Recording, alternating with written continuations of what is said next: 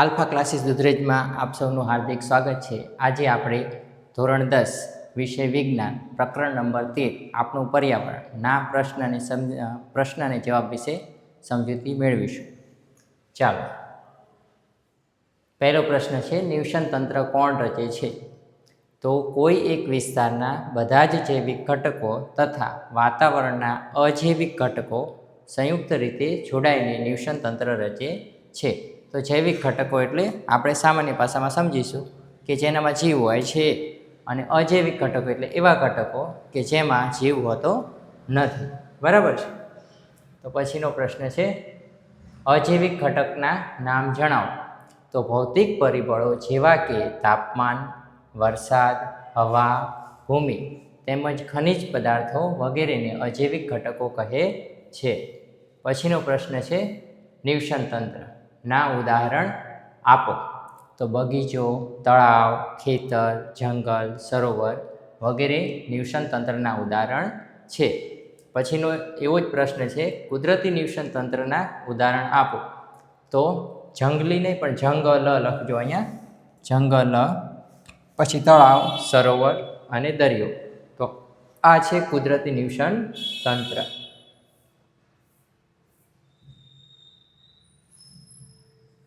પછી છે કૃત્રિમ નિવસન તંત્રના ઉદાહરણ આપો। તો બે છે, બગીચો અને ખેતર। પછી છે, ઉત્પાદકો કોને કહે છે? તો બધી જ લીલી વનસ્પતિઓ તેમજ કેટલાક બેક્ટેરિયા કે જેમાં પ્રકાશ સંશ્લેષણ કરવાની ક્ષમતા હોય છે તેને ઉત્પાદકો કહે છે। ઉત્પાદકો મોટાભાગે નહીં પણ બધો જ જેટલી પણ ઉર્જા છે એ બધી આપણે જ્યાંથી પણ મેળવીએ છીએ પરોક્ષ અથવા પ્રત્યક્ષ રીતે, જેટલા પણ સજીવો છે એ ખોરાક ખાય છે અથવા ઉર્જા મેળવે છે તે બધી માત્ર ને માત્ર વનસ્પતિ પાસેથી આવે છે। તો વનસ્પતિ એ પ્રાથમિક ઉર્જાના સ્ત્રોત છે, જે સૂર્યપ્રકાશની ગરમી ઉષ્માનું ખોરાકમાં શું કરે છે? સ્થાપન કરે છે, અને પછી એ ખોરાક આપણે ખાઈએ છીએ। તો બધી જ લીલી વનસ્પતિ અને કેટલાક બેક્ટેરિયા પણ એવા છે જે પ્રકાશ સંશ્લેષણ કરવાની ક્ષમતા ધરાવે છે, તેને ઉત્પાદકો કહે છે। પછીનો પ્રશ્ન છે, ઉપભોગીઓ કોને કહે છે? તો જે સજીવો ઉત્પાદકો દ્વારા ઉત્પાદિત થયેલ ખોરાક પર પ્રત્યક્ષ અથવા પરોક્ષ રીતે નિર્ભર હોય છે તેને ઉપભોગીઓ કહે છે। તો આપણે બધા ઉપભોગીઓમાં આવશું, ખાલી એક વનસ્પતિ સિવાય બધા જ ઉપભોગીમાં આવશે। પછી ઉપભોગીના પ્રકાર જણાવો। તો તમારે લખવાનું છે, શાકાહારી, માંસાહારી, સર્વાહારી, પરોપજીવી, મિશ્રાહારી, તૃણાહારી, બરાબર છે। તો એ બધા ઉપભોગ્યોના પ્રકારો છે। ત્યાર પછી વિઘટકો કોને કહે છે? તો સૂક્ષ્મજીવો કે જે જટિલ કાર્બનિક પદાર્થોનું સરળ અકાર્બનિક પદાર્થમાં વિઘટન કરે છે તેને વિઘટકો કહે છે। પછીનો પ્રશ્ન છે, આહાર શૃંખલા કોને કહે છે? તો વિવિધ જૈવિક સ્તરોમાં સજીવોની એક શૃંખલા કે જેમાં એક સજીવ બીજા સજીવનો આહાર તરીકે ઉપયોગ કરે છે તેને આહાર શૃંખલા કહે છે।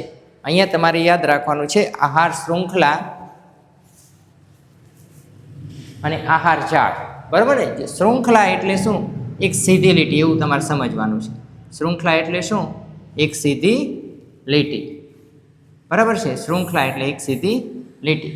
કેવી રીતે? ધારો કે એક દેડકો છે, બરાબર ને? એને સાપ ખાઈ જશે, અને સાપને કોણ ખાઈ જશે? સમડી, બરાબર? તો આનો ખોરાક છે, પછી આનો ખોરાક છે।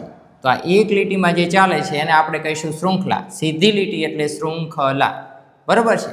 પછી આહાર જાળનું જ્યારે આવશે ત્યારે હું તમને કહીશ કે એક છે બિલાડી। તો બિલાડી શું ખાય છે? દેડકા, બરાબર છે? પછી ઉંદર, પછી દૂધ પણ પીવે છે, બરાબર? તો આ બધું એ શું કરે છે? ખાય છે। અને પછી આ બિલાડીને કોણ ખાય છે? તો વરુ, બરાબર ને? પછી વાઘ, સિંહ, કૂતરા, બરાબર. તો અહીંયા જુઓ તમે, અહીંયા એક જાળા જેવી રચના થાય છે, માટે આને આહાર જાળ કહીશું અને આને આહાર શૃંખલા. તમારે યાદ રાખવાનું, એક સીધી લીટીમાં ચાલતું હોય એને આપણે શું કહીશું? આહાર શૃંખલા. અને આ રીતે જાળું સર્જાય તો એને આપણે કહીશું આહાર જાળ. બરાબર. હવે અહીંયા શું લખેલું છે? વિવિધ જૈવિક સ્તરોમાં સજીવોની એક શૃંખલા કે જેમાં એક સજીવ બીજા સજીવનો આહાર તરીકે ઉપયોગ કરે છે તેને શું કહે છે? આહાર શૃંખલા કહે છે. પછી પ્રશ્ન છે, પ્રથમ પોષક સ્તર કોણ બનાવે છે? તો સ્વયંપોષી એટલે કે વનસ્પતિ અથવા ઉત્પાદકો પ્રથમ પોષક સ્તર બનાવે છે. પછીનો પ્રશ્ન છે, દ્વિતીય પોષક સ્તર કોણ બનાવે છે? તો શાકાહારી અથવા પ્રાથમિક ઉપભોગ્યો દ્વિતીય પોષક સ્તર બનાવે છે. પછી તૃતીય પોષક સ્તર કોણ બનાવે છે? તો નાના માંસાહારીઓ અથવા દ્વિતીય ઉપભોગ્યો તૃતીય સ્તર બનાવે છે. પછીનો પ્રશ્ન છે, ચતુર્થક સ્તર કોણ બનાવે છે? તો મોટા માંસાહારીઓ અથવા તૃતીય ઉપભોગ્યો ચતુર્થક પોષક સ્તર બનાવે છે. પછીનો પ્રશ્ન છે, સ્વયંપોષી સજીવોનું કાર્ય જણાવો. તો સ્વયંપોષી સજીવો સૂર્યપ્રકાશમાંથી પ્રકાશ ઉર્જા મેળવીને તેને રાસાયણિક ઉર્જામાં પરિવર્તિત કરે છે. સ્વયંપોષીનું આ કાર્ય છે. પછીનો પ્રશ્ન છે, લીલી વનસ્પતિ સૂર્યપ્રકાશનો કેટલા ટકા ભાગ ખાદ્ય ઉર્જામાં રૂપાંતરિત કરી શકે છે? તો વનસ્પતિ છે સૂર્યમાંથી 1% અને પછી તેમાંથી દ્વિતીય સ્તર અને તૃતીય સ્તર અને ચતુર્થક સ્તર એ ત્રણેમાં કેટલા આવે છે? 10% ઘટાડો થશે. ચાલો, ઉત્પાદક એટલે કે વનસ્પતિ, બરાબર ને, સ્તરે 10,000 જૂલ ઉર્જા ઉપલબ્ધ હોય તો ચતુર્થક સ્તર વાઘ કે સિંહને કેટલી ઉર્જા પ્રાપ્ત થશે? બરાબર છે. તો ઉર્જાનું વહન નીચે મુજબ થશે. કેવી રીતે થશે? પ્રથમ પોષક સ્તર લીલી વનસ્પતિ 10,000 જૂલ પ્રાપ્ત કરશે. બરાબર છે. તો ઉત્પાદક પાસેથી 10,000 જૂલ છે. પછી દ્વિતીય પોષક સ્તર, તો દ્વિતીય પોષક સ્તર એ ઘટી જશે, આના 10% થઈ જશે. બરાબર. તો એ થઈ જશે 100 જૂલ. અને પછી તૃતીય પોષક સ્તર નાના માંસાહારીઓ એને ખાશે તો એ 1000 જૂલના 10% એટલે કે 100 જૂલ. અને ચતુર્થક પોષક સ્તરમાં મોટા માંસાહારી એને ખાશે તો 100ના 10% એટલે કે 10 જૂલ. આથી ચતુર્થક ઉપભોગીને માત્ર 10 જૂલ ઉર્જા મળશે. તો આ પ્રશ્ન તમને કદાચ ફેરવીને આવી રીતે પૂછી શકે છે. બરાબર છે. ધારો કે સૂર્યમાંથી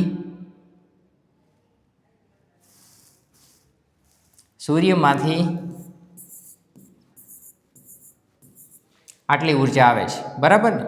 તો વનસ્પતિ પાસે અહીંયા સૂર્ય,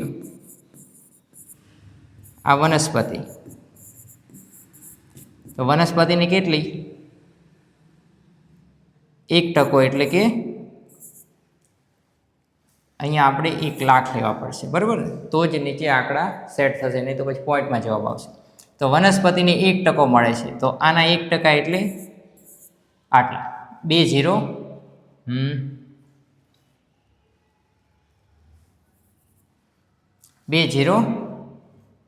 કટ થઈ જશે. બરાબર છે. પછી વનસ્પતિમાંથી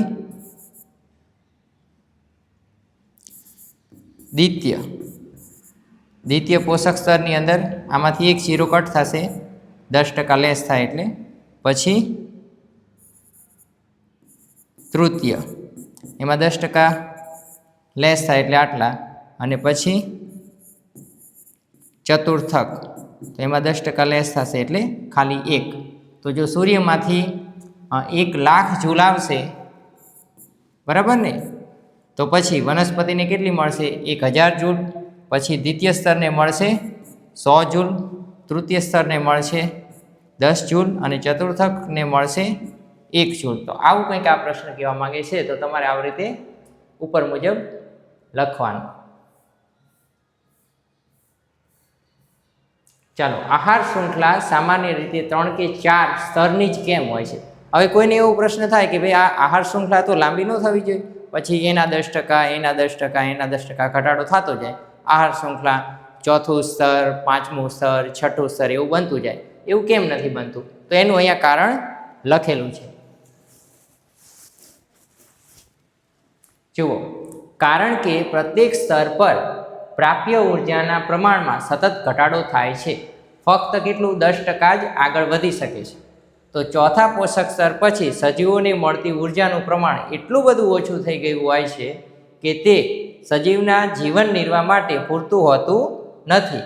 તેથી આહાર શૃંખલા લાંબી હોતી નથી. 3 થી 4 સ્તર સુધી જ આહાર શૃંખલા લંબાય છે. પછીનો પ્રશ્ન છે ઉર્જા વહનના મુખ્ય 3 લાક્ષણિકતા જણાવો. તો તમારે લખવાનું ઉર્જાનું વહન, આ પહેલી લાક્ષણિકતા છે. ઉર્જાનું વહન એક માર્ગી છે.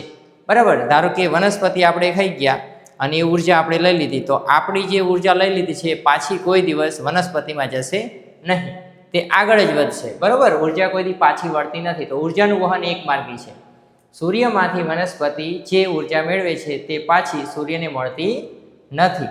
તેવી જ રીતે શાકાહારીઓમાંથી ઉર્જા ફરી પાછી વનસ્પતિને પણ મળતી નથી. ઉર્જા હંમેશા નીચેથી ઉપરના સ્તર તરફ વહન કરે છે. પછીનો બીજો પોઈન્ટ છે 10%નો નિયમ. તો પ્રત્યેક સ્તરે સજીવ પોતાના જીવન નિર્વાહ, શ્વસન, વૃદ્ધિ અને પ્રજનન માટે ઉર્જા વાપરે છે અને ઘણી ઉર્જા ઉષ્મા સ્વરૂપે વાતાવરણમાં વ્યય પામે છે. માત્ર 10% જ ઉર્જા તેના શરીરના બાયોમાસ તરીકે સંગ્રહાય છે, જે આગળના સ્તરને પ્રાપ્ત થાય છે, મળે છે. પછી છે સ્તરોની મર્યાદા. તો જેમ જેમ આપણે ઉપર જઈએ છીએ તેમ તેમ ઉર્જા સતત ઘટતી જતી હોવાથી સામાન્ય રીતે આહાર શૃંખલા 3 થી 4 સ્તરની જ હોય છે. પછીનો પ્રશ્ન છે આહાર જાળ. હમણાં આપણે આહાર શૃંખલાનો જવાબ જોયો તો, હવે આહાર જાળ. બરાબર ને? તો પ્રત્યેક સજીવ 2 અથવા વધારે પ્રકારના સજીવોનો આહાર તરીકે ઉપયોગ કરે છે અને પોતે પણ અનેક પ્રકારના સજીવોનો આહાર બને છે. આમ એક સીધી આહાર શૃંખલાના સ્થાને સજીવોની વચ્ચે આહાર સંબંધો શાખાયુક્ત બને છે. આવી શાખાયુક્ત શૃંખલાને આહાર જાળ કહે છે. તો ઉર્જાનું વહન એક જ દિશામાં થાય છે. પછી આ પ્રશ્ન પણ તમારો આઈએમપી છે, જૈવિક વિશાલન કોને કહે છે? તો જૈવિક વિશાલન તમારે શબ્દ ઉપરથી અર્થ યાદ રાખવાનો છે.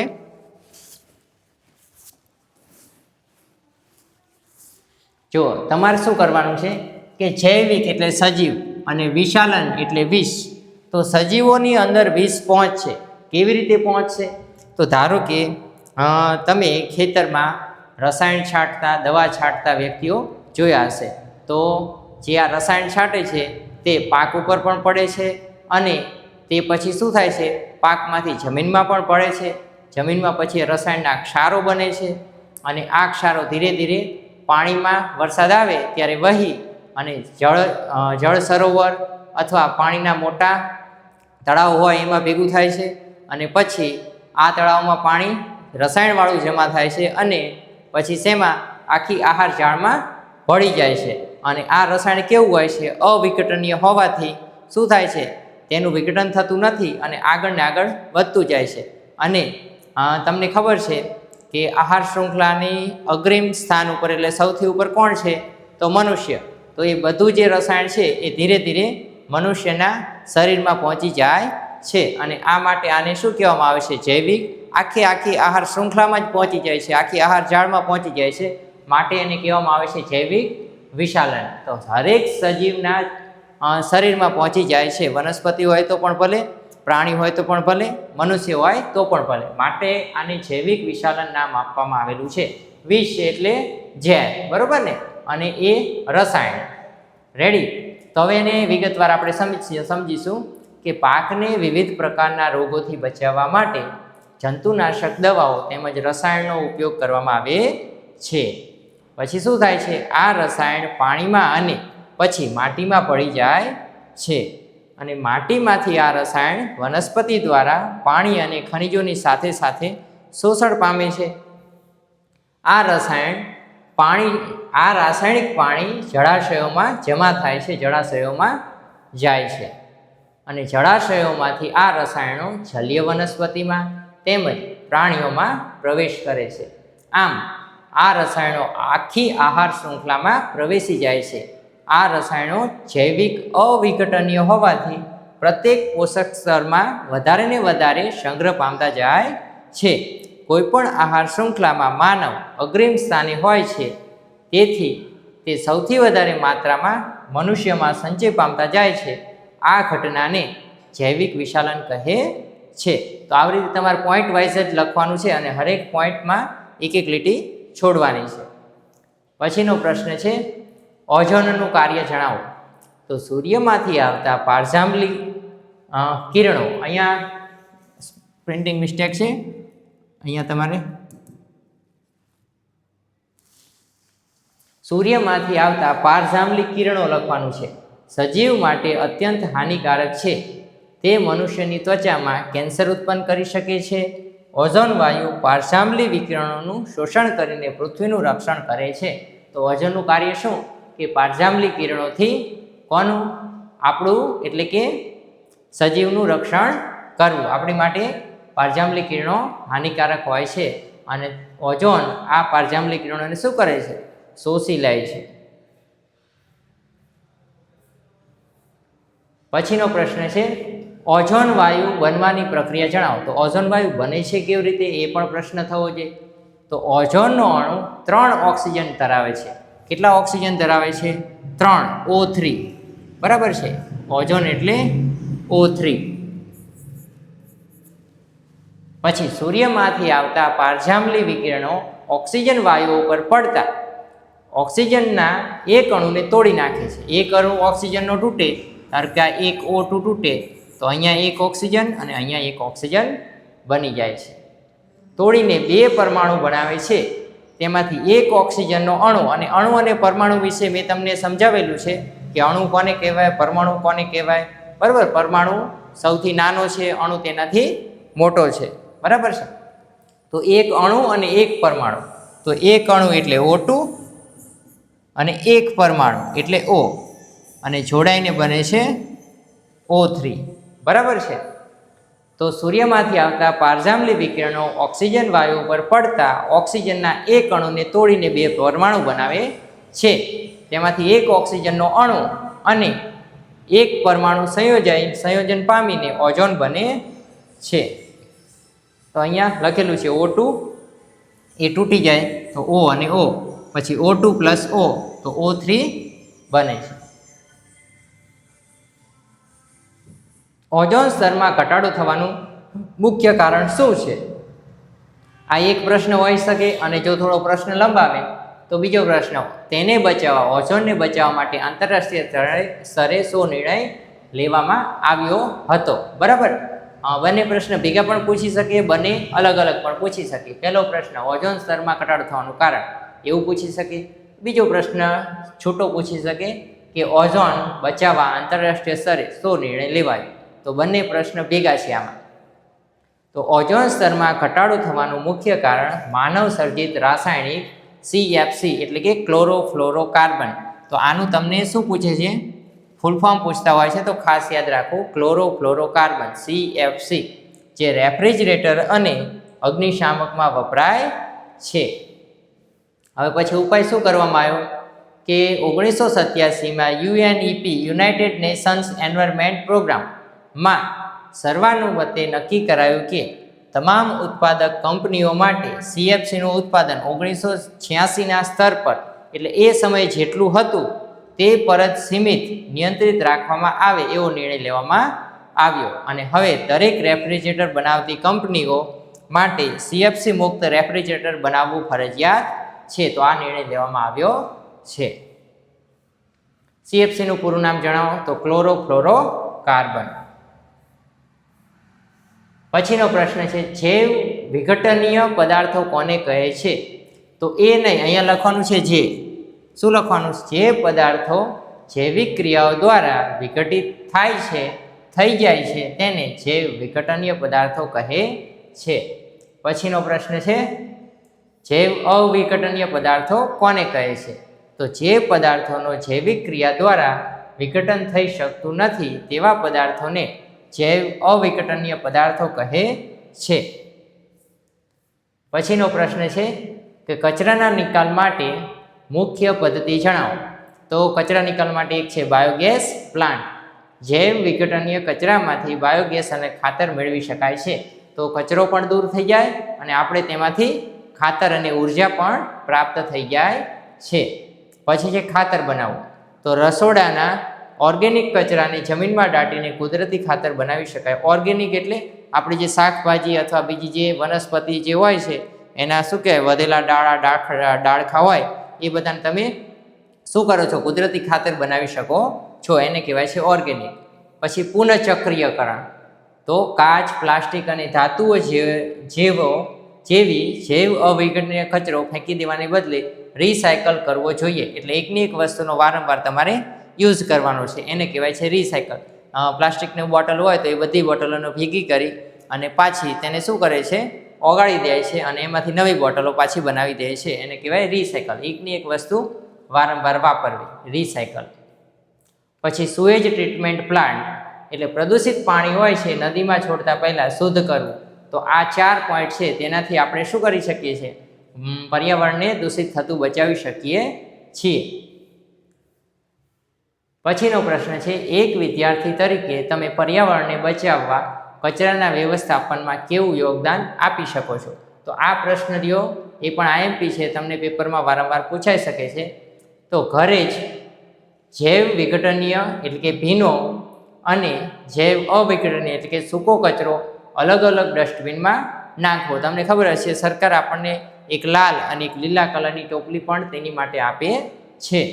બજારમાં ખરીદી કરવા જતી વખતે પ્લાસ્ટિકની બેગના બદલે કપડાની થેલીનો ઉપયોગ કરવો. તો આપણે જ્યારે વસ્તુ લેવા જઈએ છીએ ત્યારે શું કરવાનું, ઘરેથી જ એક આપણી સાદી થેલી લઈ જવાની અને કોઈ જગ્યાએ પ્લાસ્ટિકની થેલી આપણે માંગવાની નહીં, બધી વસ્તુ આપણી થેલીની અંદર મૂકી દેવાની. પ્લાસ્ટિકની વસ્તુનો ઓછો ઉપયોગ, પ્લાસ્ટિકની થેલીનો બને એટલો ઓછો ઉપયોગ કરવાનો.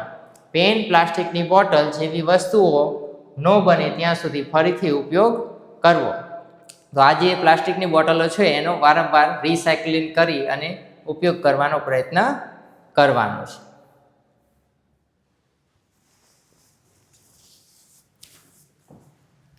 ચાલો, આ પાઠ નાનો છે, આમાં આટલા જ પ્રશ્ન છે અને બીજું પ્રકરણ 1, 2 અને 3 ના બધા જ પ્રશ્ન અને જવાબ આગળ વિડીયોમાં આપેલા છે, તો તે બધા તમે લખી લેજો અને પછી આ પ્રશ્નના જવાબ પણ તમે તમારી બુકની અંદર લખી લેજો. જો તમને આ વિડીયો પસંદ આવ્યો હોય તો લાઇક, શેર અને સબસ્ક્રાઈબ કરજો. ધોરણ 8, 9 અને 10ના વિદ્યાર્થીઓને ગણિત, વિજ્ઞાન અને ઇંગ્લિશ માટે આ ચેનલને મોકલજો.